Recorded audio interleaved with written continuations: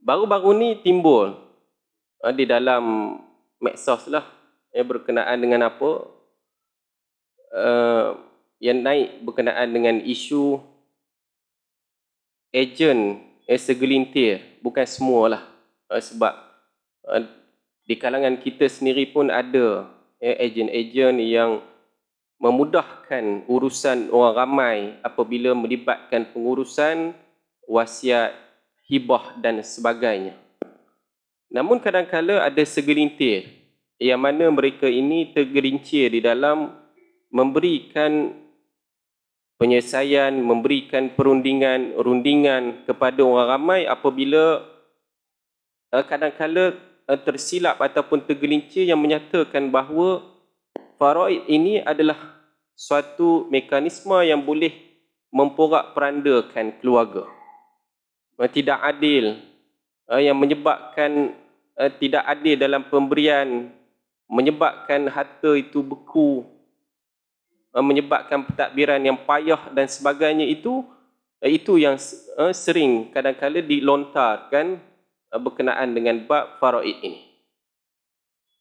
Yang mana jika tidak berhati-hati akan menyebab seseorang itu dia boleh dianggap menghina perkara yang disyariatkan oleh Allah Subhanahu wa taala di dalam Al-Quran.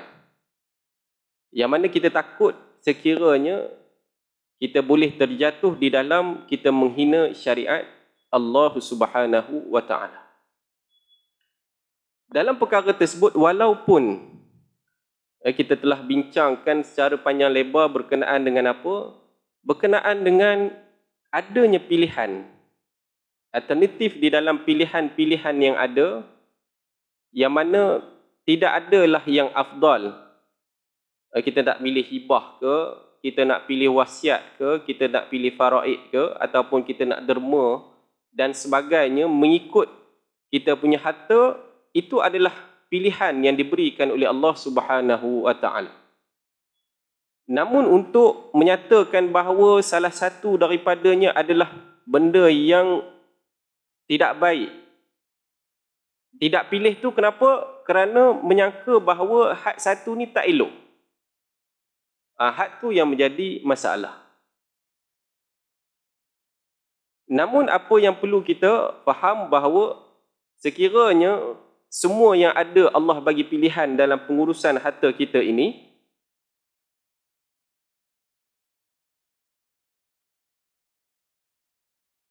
dalam pengurusan harta kita ini, maka kita membuat pilihan tanpa kita menafikan, menghinakan ataupun kita memandang rendah di antara alternatif yang ada. Had tu yang perlu kita, apabila kita nak berinteraksi dengan perkara tersebut, macam tu. Misalnya apabila apa dia? Kita nak baca Quran ke, kita nak semayang sunat.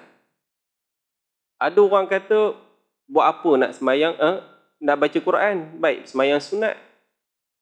Hak seorang lagi kata, buat apa nak semayang sunat? Baik, baca Quran. Quran ni kitab daripada wahyu daripada Allah Subhanahu wa taala. Jadi sampai ke sudah tak jumpa penghujung. Disebabkan apa? Nak buat satu tetapi merendahkan yang lain. Had tu yang menjadi masalah. Namun yang betulnya apa dia? Bila Allah dah bagi pilihan, tak apalah. Kita rasa kita nak solat sunat, maka kita pun solat sunat. Dan tiba-tiba ada kita rasa kita di dalam kereta ke, kita nak berzikir. Tak apalah, dalam keadaan tersebut sesuai untuk kita berzikir. Jangan pula dalam keadaan tersebut kita pergi semayang sunat dekat, bila nak bawa kereta tu kita semayang sunat pada waktu tu. Jadi kalau kita semayang sunat ketika tu, dia membawa mudarat lah kepada kita. Disebabkan pada waktu itu kita memilih perkara yang tidak sesuai pada waktunya. Walaupun setiap perkara itu baik, namun yang penting adalah kita tidak merendahkan. Kita tidak merendahkan hak mana yang paling tak bagus ke ataupun tak elok dan sebagainya. Jadi kita beriktikad, beriman dengan apa yang Allah Subhanahu wa taala suruh di dalam syariatnya dan menganggap bahawa itu adalah kaedah-kaedah yang terbaik. Kaedah yang terbaik. Namun apabila tidak ditetapkan, maka kita boleh buat pilihan sama ada perkara tersebut kita mengikut kesesuaian kita. Macam tadilah, sembahyang sunat ke ataupun kita nak berzikir ketika bawa kereta. Dua-dua perkara tersebut adalah perkara yang baik, yang bagus.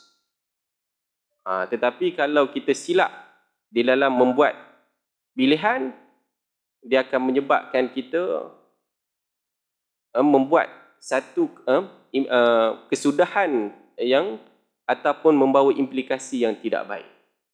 Dalam syarak, Nabi SAW mengambil kira implikasi. Al-ma'alat, di dalam bahasa Arab, al-ma'alat, fiqhul ma'alat.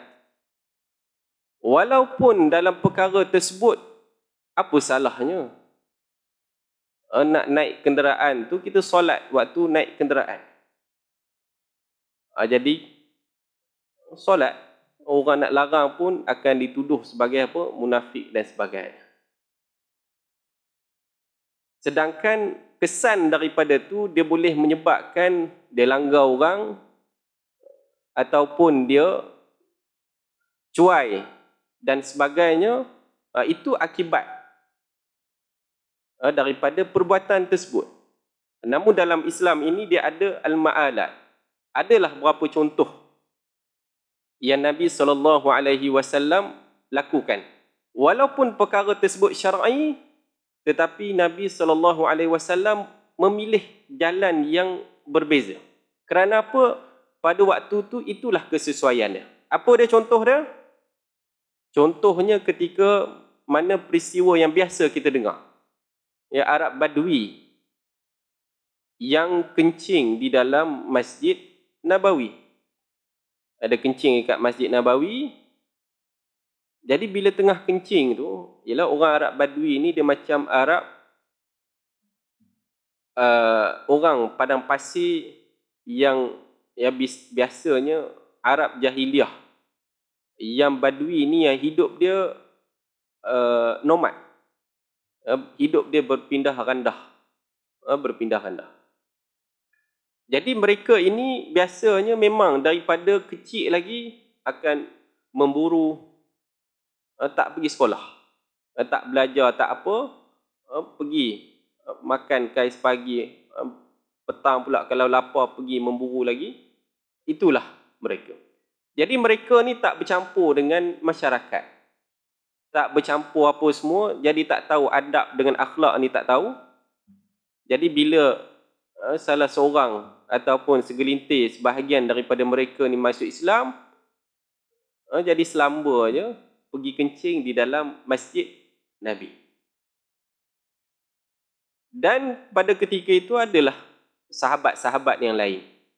Sahabat-sahabat yang lain bila tengok orang Arab Badui itu kencing dekat situ, jadi nak ambil tindakan lah. Sebab kena tegah. Apa dia punya syariatnya?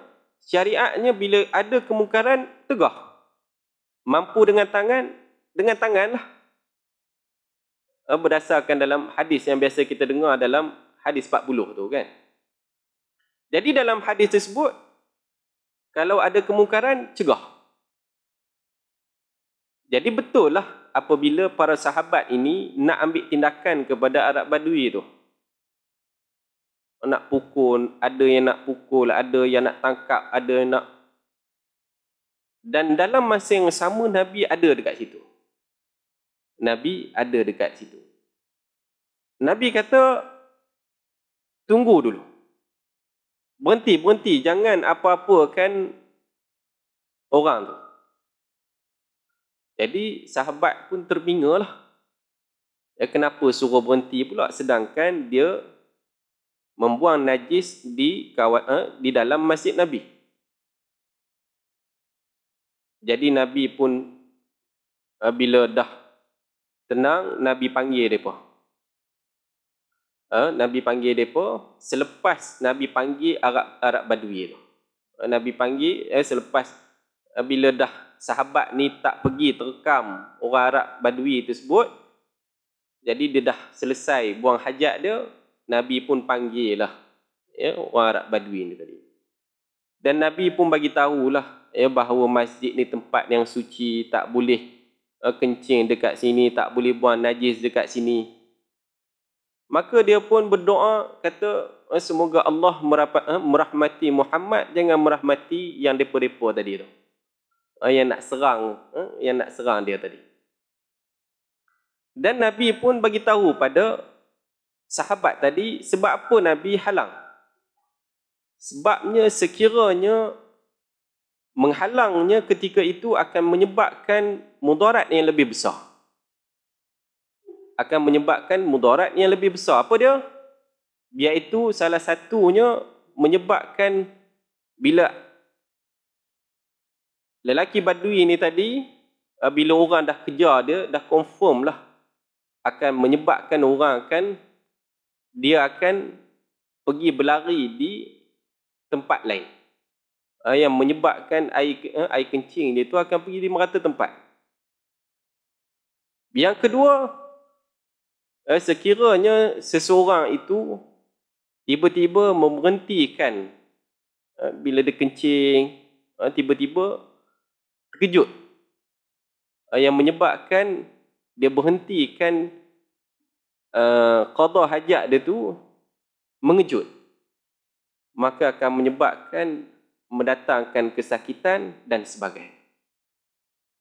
Dan yang ketiga, antara kenapa Nabi halang sahabat nak ambil tindakan, sebab takut-takut bila orang Arab Badui ni baru masuk Islam, bila dia lihat keadaan macam tu, dia pun akan lari daripada Islam.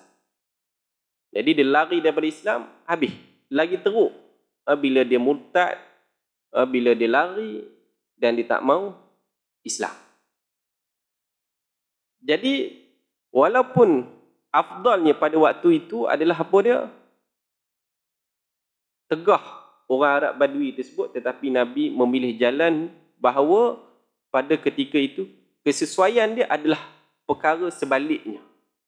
Perkara sebaliknya. Jadi itu yang Nabi SAW ajar. Demikian juga dalam peristiwa-peristiwa yang lain. Yang mana Nabi SAW tidak membunuh orang munafik. Munafik di kalangan orang Islam yang ada di Madinah itu, ada segelintirnya orang munafik. Dan sahabat Nabi bernama Huzaifah, dia tahu siapakah di kalangan orang yang ada itu munafik. Orang lain, sahabat-sahabat lain tak tahu sebab Nabi tak bagi tahu. Jadi sebab apa Nabi tak nak ambil tindakan kepada orang munafik? Sebab munafik ini, orang munafik, hukumnya adalah dibunuh. Kerana apa? Kerana mereka ini boleh membawa malapetaka yang sangat besar. Memberikan rahsia kepada musuh, boleh tikam belakang dan sebagainya. Tetapi Nabi tidak lakukan kerana apa? Kerana sekiranya Nabi ambil tindakan kepada orang munafik ini, menyebabkan musuh yang besar ketika itu mengatakan bahawa Nabi ini membunuh ashabahu, yang membunuh para sahabatnya. Jadi dia membawa satu imej yang buruk kepada Nabi, iaitu menjadi sebab alasan untuk mereka ni ramai-ramai serang pada Nabi dan masyarakat Madinah ketika itu. Dan ada sebab-sebab yang lain lah. Maknanya bukanlah kita memilih satu-satu jalan yang syar'i itu sembrono. Mesti ada dia punya apa dia? tengok dari sudut kesan dia, dari sudut timbangannya. Lebih lagi apabila dia melibatkan amalan-amalan yang adanya pilihan yang diberikan oleh Allah Subhanahu wa taala. Namun dalam amalan yang fardu tak ada pilihan lah. Namun itu pun ada rukhsah. Ya, ada keringanan. Sekiranya tak mampu sangat boleh. Ya, uzur sangat boleh jamak. Boleh jamak, boleh qasar dan sebagainya. Jadi berbalik kepada tu tadi, bukanlah bila kita nak pilih di antara 3, 4 ataupun 5 tadi, kaedah dalam pengurusan harta selepas mati, bukanlah untuk menafikan ataupun merendahkan, tetapi kerana apa? Kerana satu ni sesuai pada waktu tu. Sesuai dengan keadaan, kondisi yang ada pada seseorang tu, dia pilih. Contohnya, dia pilih hibah, dia pilih wasiat dan sebagainya. Namun, tak boleh untuk merendahkan. Jangan merendahkan. Kerana itu boleh membawa tergelincir dari sudut akidah, iaitu kita boleh menghina syariat yang dibawa oleh Nabi SAW. Jadi kena, siapa yang di kalangan ejen tu, dia kena pandai lah dalam bab-bab seperti itu. Ya, perlu berhati-hatilah di dalam memberikan penerangan kepada orang ramai.